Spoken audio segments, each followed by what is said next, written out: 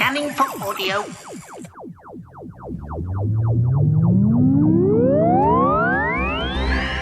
Diddle-dum, diddle-dum, diddle-dum, diddle-dum, diddle-dum, diddle-dum, diddle-dum, diddle-dum, diddle-dum, diddle-dum. It's Doctor Who. Diddle-dum, diddle-dum, here comes Doctor Who and the TARDIS. Diddle-dum, diddle-dum, diddle-dum, diddle-dum, diddle-dum, diddle-dum, dum, diddle-dum. Thank you.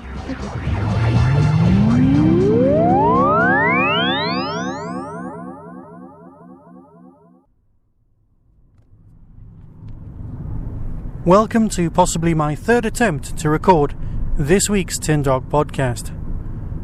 Thanks to the amazing gift of corrupt files and an inability to edit properly, I'm left recording this, Tin Dog podcast number 96.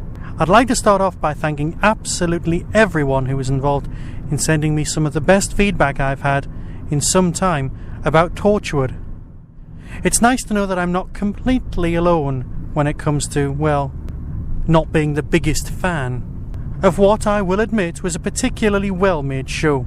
And now that the dust has settled, I've recorded a one-off overview, which I will include at the very end of this episode. But we're not here to talk about Torchwood. We're not here to talk about fan reaction and calling RTD homophobic. Is that actually possible? I'm guessing it is, because it's possible for anyone to be accused of absolutely anything these days.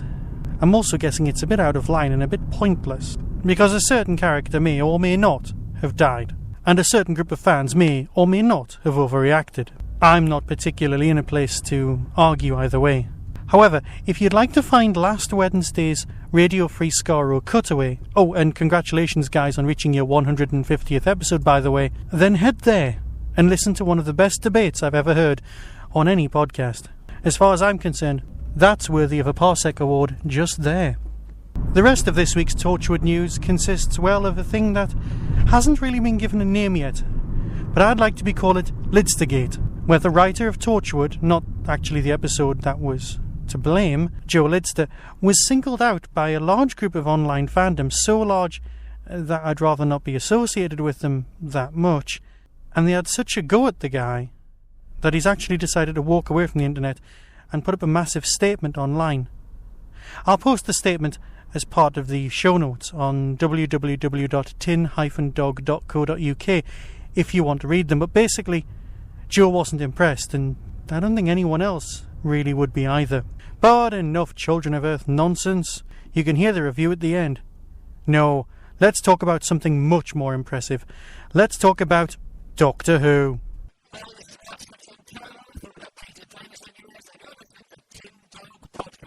And I will be talking about a very old, classic and particularly gorgeous episode of Doctor as this episode of the TDP goes on. However, yesterday, as I record this, some photographs surfaced of the 11th Doctor's recording. Two things are worthy of note. First off, the 11th Doctor's costume. Now, it's a kind of a spoiler, but what he's wearing really doesn't matter that much. Well, not to anyone who doesn't care. But more important to me is they've redesigned the outside of the TARDIS again. They've put the little St. John's ambulance sticker back on, and the windows look more like the Cushing Doctor TARDIS than anything that we've ever seen on TV before. And that's something I just can't really see the point of. Was there something wrong with the old prop? Or was it just not quite good enough for HD? As well as the redesigned TARDIS, the Doctor's costumes also come in for, well, I can only call it criticism. We've not seen him in it, but we have seen this photograph. Point number one, when he got the part, everyone was going on about how doctorish his hair was. So obviously the first thing they've done is get a haircut. Yeah, I can't quite see the logic to that either, but let's leave that. Because the thing I have an issue with, and the thing a lot of people have an issue with, is he's wearing a bow tie.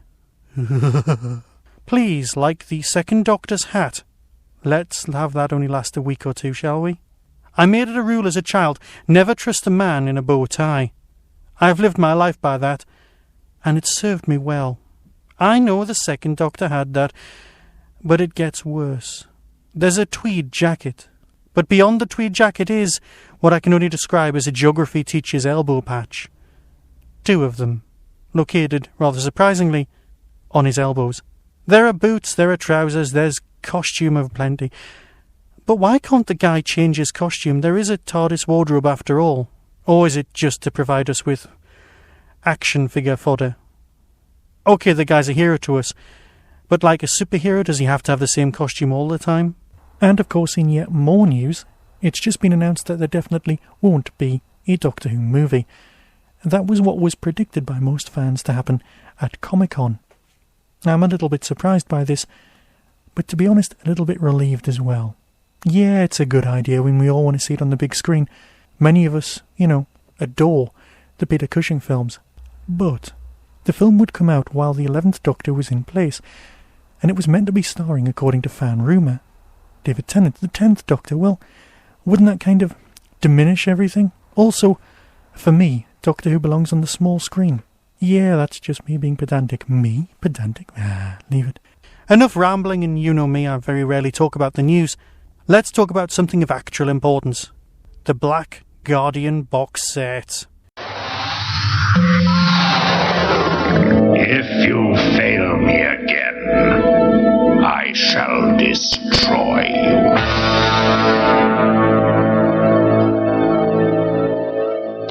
Maudryn, Undead. Now, I did not know that there was such a thing as the Black Guardian trilogy. Like most people, I just assumed that there was some sort of long narrative. And it wasn't until I discovered this box set was coming out that it dawned on me that, yes, I suppose you could class it as a trilogy, on the grounds that the Black Guardian turns up in one episode, tries again in the second episode, and in the third episode something else happens. And by episode, of course, I mean story. You know all this already, it's fine. So what's it all about? Well, story-wise, it's probably best if I just read something straight from one of my reference books. The TARDIS materialises on board a space liner to find its occupants doomed to live in a state of perpetual regeneration. While on Earth, the Doctor and his companions are split between 1977 and 1983, with 2 different brigadiers in a strange schoolboy called Turlough. That's it. It's all you really need to know. And as you know, it's the Black Guardian box set, so the chances are the Black Guardian may or may not turn up in this story. Just for reference, he does. Yeah, moving on. It comes as a surprise to me that they really considered introducing Turlough at all. They'd spent so long, after all, trying to get rid of, Adric. The busy, the full TARDIS has been talked about here and on other podcasts as well. Some people like the idea of many, many companions all hanging around with the Doctor, and for some others it kind of drags the narrative back. The classic storyline of the Doctor and the companions getting split up is of course fine, because you've got the Doctor and Turlough here, or the Doctor and the Brigadier, we'll get back to that in a moment, and of course Nyssa and the lovely Tegan. So everybody gets to be split nicely down the middle, have 2 narratives happening at once, and the storyline can evolve from there. Perfectly acceptable, except for that whole set in 1977 and 1983 thing. You see, this is where the whole unit dating breaks down. And now I know I've talked about unit dating far too much in the past, but here is the bugbear. This is the story that really messes on everybody. This is the very story that messes up continuity for so many fans. The whole, did the Pertwee stories happen in the 80s as was predicted, or was it the 70s? Yes, I know it's been discussed ad infinitum, and there is no precise answer. But on the audio commentary, we have Mr. Courtney's thoughts on this very matter. But the thing is about the old stories I did with John Pertwee, all were supposed to start in 1982. Well, they were the later 80s, I mean, but people have mentioned that, but it doesn't matter. And when it comes down to it, that's all you need. Yeah, the Brigadier might have retired 5 years before he even joined UNIT, but let that go. You see, the real problem for this storyline is that it wasn't originally supposed to have the Brigadier in it at all. It was originally written for William Russell, the guy who'd played Ian Chesterfield, for the first Doctor. And of course, being a teacher, it wasn't much of a stretch of the imagination that he would end up in a school. But of course, William Russell wasn't available. He had other acting commitments. Then the script was changed over rather quickly to contain yet another old companion. You have to remember, this is the 5th Doctor's time, and it was bringing people back left, right and centre. And so Ian Marter, the guy who played Harry Sullivan, smashing chap, was quickly written in, and then when it was discovered he couldn't actually help out, he was quickly written out, and finally replaced by our Brigadier. Our Brigadier, who now, in 1983, where this story opens, has had a bit of a breakdown because of something that happened in the late 70s. And of course, the something that happened in the late 70s actually happens in this story. The problem with this story for a lot of people, and it's twofold, is that the villains aren't really villains. They're people who've been messed about by the Time Lords, and as there isn't somebody trying to take over the universe or kill everyone or other some such nonsense, the final episode does have a fairly dull feel to it. Yeah, there are important moments like us finally realising, us, the audience, being made aware that this is truly the Fifth Doctor. It's actually mentioned, it's referred to for possibly the first time, his actual fifth incarnation, thus disappointing all of those Brain of Morbius fans. Again, the whole 13 lives, 12 regenerations thing is driven home, and yes, that will probably be ignored in, I'm guessing 3 years' time? It's one of those rare Doctor Who stories that actually uses time travel as a theme rather than just as mode to get you into the storyline. But by far the thing people have the most problems with is Turlough. Mark Strickson's acting is very good. He does have a specific style. I don't think there's a single scene where he isn't buttoning up or unbuttoning his coat, rolling his shirts up, or just desperately trying to find something to do with his hands. But his performance is particularly good here. No, the problem with Turlough is that he has one motivation. Well, early on anyway. And that's to kill the Doctor. And the problem with a character who's quite intelligent and trying to kill the Doctor is he can't manage it. So what you have to do as a writer is lock him away, or have him taken out of the storyline, or have him knocked unconscious for most of the narrative, or just have him in another room. You see, the writers were given a one-line brief by JNT. He wants a young male companion, public school boy, is an alien, and he's trying to kill the Doctor. That's it. These days you would get an entire book dedicated to the character's background and life story and all that. No. This was the 80s. Just go off and do something good. And they do. They did. It's not the most riveting of stories, and some of the effects work are quite shoddy, which brings me to the best DVD feature I can possibly say. Here we are presented with new CGI. Now, I know a lot of you out there, and me to some extent, think that Doctor Who should be preserved in its, original form. And of course that's here. But do me a favour, watch this programme with the new effects. There's only a handful of scenes that have been altered or changed, just like the other two discs. But my God, it helps. You actually feel that the spaceship is about to impact on the TARDIS rather than just a piece of cardboard is being waved in front of a monitor. The transmat capsules arrive and depart with a slight bulge in space-time. A subtle effect, but well worth looking at. The worst effect in the entire programme, the wibbly-wobbly background that appears when the Black Guardian arrives, is completely redone and works so much better. Even down to the electronic game that they're playing on board the strange alien spacecraft, that's all been touched up. But it's never been done with a sledgehammer. It's always been done with a light touch. Similarly, for the next two discs, which of course I'll be covering in turn, those effects have been fixed. The next two stories benefit even more than you would think. First off with the fantastic model shots and sense of scale provided in Terminus, and then with the complete special edition of Enlightenment, my all-time favourite Doctor Who story. Those are for future podcasts, but I do just want to say how wonderful those CGI moments are. Yeah, Doctor Who deserves to exist. It's a creature of its time. These things aren't heavy-handedly done. Of course, some of the effects have been touched up as well, that like Turlough's small glowing top of the tap. You know, the thing that allows him to communicate with elemental forces of the universe. That does look like it's come from B&Q. And on the commentary he does talk at great length about how it's powered by a car battery. But that's largely to be ignored. Suffice to say that this story, and of course the entire box set, are extremely good. It's lovely to see the Fifth Doctor back on form. The commentary's great as well. And in fact this disc comes with quite a few extras. Who Wants to Live Forever? That's the making of Maudryn Undead. Liberty Hall. That's a new drama in which the journalists interview the Brigadier. Deleted and extended scenes. Film trims as always. The CGI effects, which I've already talked about. Studio floor pans, and a CGI storyboard experimentation which I've not come across on the DVDs at all before. All well worth a look.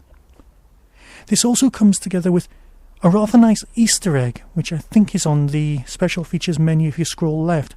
And this brings you up to date with all of the little Doctor Who fiddly facts, and of course there's the lovely text at the bottom of the screen. It's a great box set with a great start. This story also opens, as so many Doctor Who stories did at this time, with references to the stories immediately before it. Here, the Doctor's talking to Tegan about the Mara, and this led me to think, perhaps if they're looking for, badly connected stories to release all in one box set, what about my Buddhist box set? Planet of the Spiders, Snake Dance, and Kinder, all in one set, available to release. There you go. Or perhaps not. And I got through all of that without mentioning how good David Collins was. Silver from Sapphire and Steel. That's a massive oversight on my part. Our TV club choice this week is Torchwood, which was seen by 6 million people last week on BBC One. As well as asking you at home to watch it, our guests here tuned in too. Let's take a look. Adult Doctor Who spin-off Torchwood was all over BBC One last week like a sci-fi rash. A heady blend of zany Scooby-Doo hijinks, unbridled sexuality and exciting violence. It's a bit like a kids' show that stayed up past its bedtime, drawn some nasty pictures and learned to swear. Not swearing for once was Peter Capaldi, who starred in it alongside 500 Welsh people, Martha Jones 2.0 and John Barrowman as the ageless, unbreakable Captain Jack Harkness. A man so tough you can blow him up with a bomb in the guts and he'll grow back just how he was before, down to the buttocks. The story involved the 456, a mysterious alien race with a terrifying demand. We want 10% of the children of this world. Oh, thank God for that. I thought they wanted something important. Along the way, we saw millions of children chanting in unison like a scary St Winifred school choir. Loads of fake newsreaders from around the world. A quarry. Some unexpected deaths. Gunfire. Explosions. Genuine chills. Outright silliness. And a surprisingly bleak finale in which Captain Jack had to sacrifice his own grandson in scenes which made him look a bit like a 5-year-old at his first rave. So here's my review of the story, all condensed into one, which you may have heard on the WhoCast. The Children of Earth mini-series, or Series 3 of Torchwood. I'm not sure about the transfer to BBC One. Let's face it, BBC One has never truly been the most supportive home of science fiction. Anyone who had to sit through the last seasons of The X-Files is more than aware of what happened whenever there was a sporting event. No, BBC Two was always a much better place for it to live. Now, some of you have been following my thoughts as I released a small podcast every day about my thoughts on Children of Earth. They started off incredibly enthusiastic. I loved episode 1. All the pieces were in place. The characterization was nice. Everyone was back where they should be. And following on from the audios on Radio 4 the previous week, the characters were definitely still themselves. Okay, there were some 2 very big holes left on set, but the writers had definitely set themselves a small task. The plot lines seemed to be nicely woven together, and it definitely didn't seem to be the return of original Doctor Who monster. But then, as the weeks went by, I realised that my opinion of Torchwood wasn't the same as almost anybody else's. Things I was reading on Twitter or in forums led me to believe that other people were enjoying this so much more than me. What was I missing? I could see the incredibly good writing that was going on, the award-winning standard of production. It looked absolutely superb on HD download from the BBC iPlayer. Peter Capaldi was wonderful. I cannot fault this man's performance. It was truly, truly breathtaking. There wasn't a bad performance present. There also was a marked absence of any humour. There was one joke in the entire thing, where the 2 girls said, "We want a pony. We want a pony. We want a pony." A sample that I instantly got for myself and used it on my mobile phone for whenever text messages arrived. That lasted about a day, because as the series progressed, it got progressively more and more depressing. Now I know it was a hard-hitting storyline, a storyline that just felt far too derivative. It was Children of the Damned, the unison talking. It was Independence Day, the thing behind the smoke throwing things against the glass, What was with the vomiting alien? Can you seriously tell me that a race would evolve that communicates through vomit? The overall storyline had the feel of Childhood's End by Arthur C. Clarke. But most of all, the storyline that was homaged the most, was the last Quatermass, the one that was made by ITV with John Mills, the one where teenagers all gather, start communicating in unison, and then are universally kidnapped and sucked up by aliens who are all after their hormones. Yeah, does any of this sound ridiculously familiar? But as someone said on the SFX forum, if you're watching Torchwood to find out how they defeat the aliens, you're missing the point. Well, I missed the point. Because that is why I watch the programme. I want to see the gloriously elegant and clever solutions that the writers can come up with to get themselves out of the problems that they've presented themselves with, the things they've created them for themselves. And that's not what I got. What I got was, well, a snuff movie. I got a child, Jack's grandchild, being used to defeat the monsters. Now, in my head, they were going to use Jack's ability not to die and Clem's ability to communicate with the aliens and all sorts, but that just didn't happen. Now, I don't want to talk spoilers, but let's face it, it's Torchwood, and not many of them get out alive. I truly am in the minority when it comes to disliking this. It's Torchwood for people who don't like Torchwood. But I know I've said that elsewhere before. It did feel at some point that in the production meeting they were sort of competing to see who could be the darkest. Now, I know this is slightly more grown-up Torchwood than we've been used to. Let's not cite the Cyberwoman, for example, or any of a handful of stories that I'm sure you already are aware of. But I think the reason I don't like this story is because I finally gave in to something everyone else had been doing for a while. You see, I was so impressed by episode 1 that I did the unthinkable. I thought it was as good as Doctor Who. And I've never thought that of Torchwood, which is how come I could like it.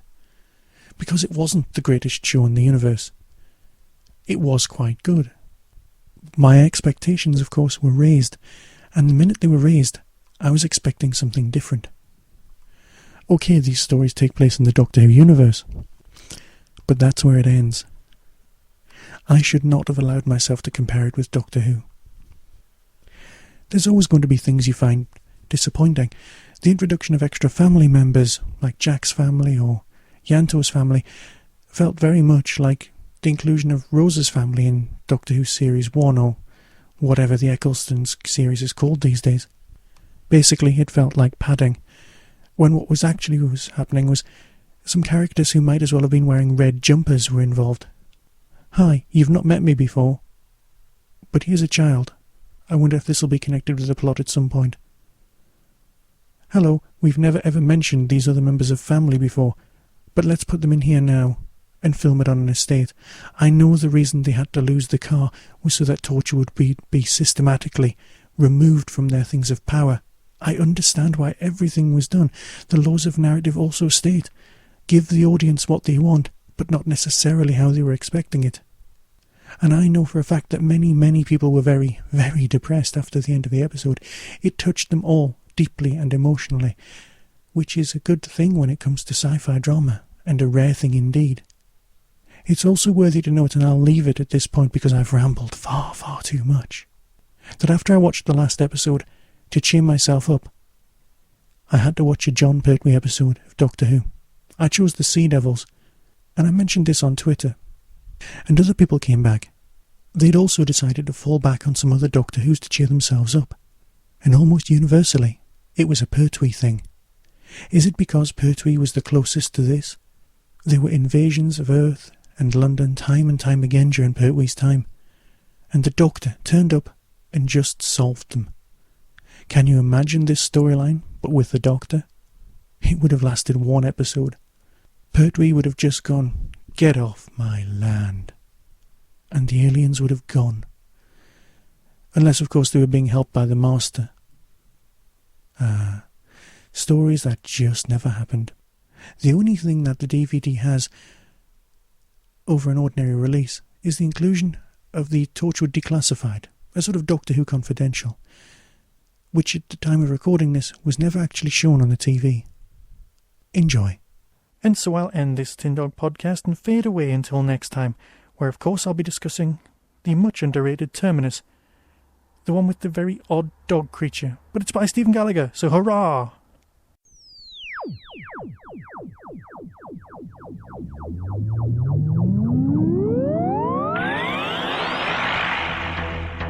You have been listening to the Tin Dog Podcast.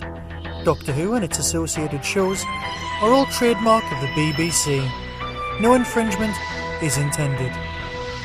Contact us at tin-dog@hotmail.co.uk.